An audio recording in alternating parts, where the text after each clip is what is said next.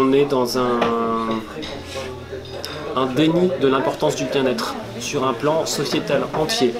On accompagne plus pour les conséquences d'un mal-être que sur la source.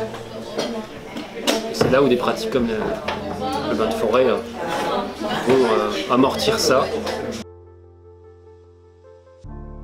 Concrètement, il y a pas mal d'exercices à faire. On est principalement sur un exercice de, je dirais, entre guillemets, de pleine conscience, de recentrage sur l'instant présent.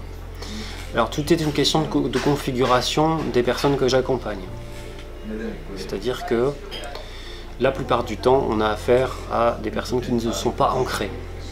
Alors quand on dit pas ancrées dans mes pratiques, ça veut dire que la personne a ses centres d'énergie, a sa conscience qui est trop dans la tête. Et la conscience, en vérité, pour être équilibrée, a besoin de descendre au niveau du cœur, au niveau du buste. La marche en conscience, déjà, revenir dans son corps par la volonté. C'est-à-dire, déjà le premier exercice, là on est en train de marcher en forêt par exemple, imaginez. Je vous pose la question, pour commencer, où est votre conscience? Déjà avoir conscience de sa propre conscience, c'est déjà quelque chose.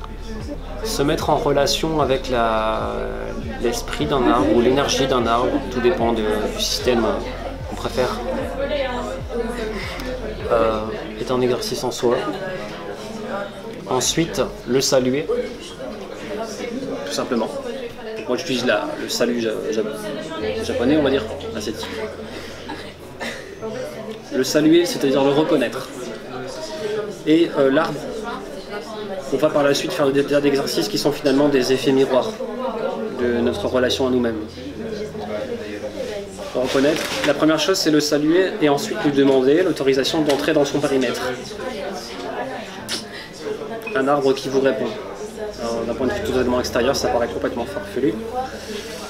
Un arbre ne parle pas, mais il a une énergie.